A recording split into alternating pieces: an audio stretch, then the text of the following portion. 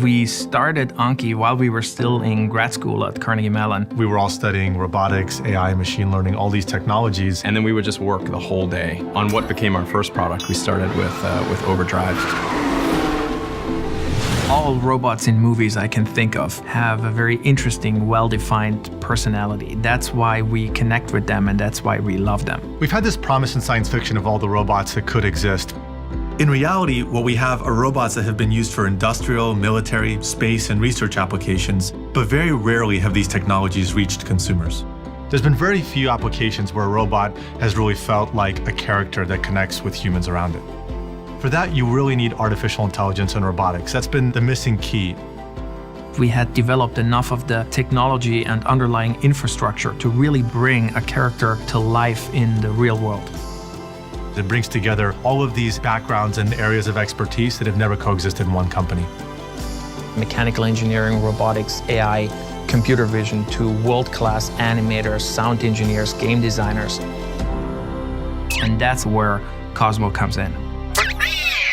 This is Cozmo. Cozmo is a rambunctious little kid. A little bit mischievous. He's smart. A lot of robot in a very small package. All the technology inside of Cozmo is really there for one reason, to bring the magic of robotic character to life. It's a very complex system and has 4 transmissions inside of it with probably 40 or 50 gears. Each robot is made out of over 300 different parts. There's the AI systems, The robotics, accelerometers, the animation, gyros. the computer vision. We're running an extremely complicated artificial intelligence inside the robot, which needs to make thousands and thousands of decisions per second. He's a mobile manipulator. He can drive around the world. He can see you. He can recognize you. He looked up at me and his eyes went, whoa.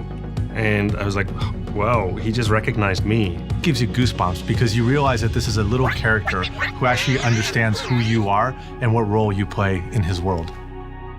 Figuring out the path to a unique personality it's an ongoing question. I think we did about 40, 50 studies on just little nuances. Looking at the interface with the monitor where the eyes are gonna look at you, Cozmo moves the head and follows you. Every little detail has its special attention paid to it. We literally have a rigged up version of Cozmo in Maya where our animators can animate him using the exact same techniques that they would use for a digital character. Except the output isn't rendered, the output is actually Cozmo behaving in the real world.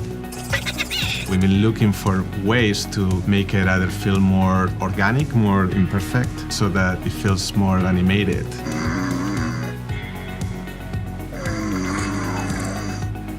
Sound is a critical piece. It's the one dimension where we have full control, just like in a movie or a video game. We're building his procedural voice system.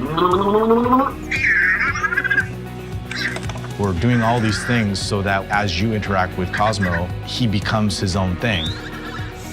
One of the things that makes Cozmo so surprising and so lovable is that he defies your expectations. We're creating something that really does feel like it's part of the family.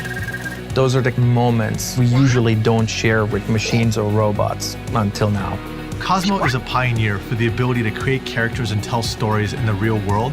With this technology, we can make additional characters with new capabilities, new personalities at a level that we've never seen before.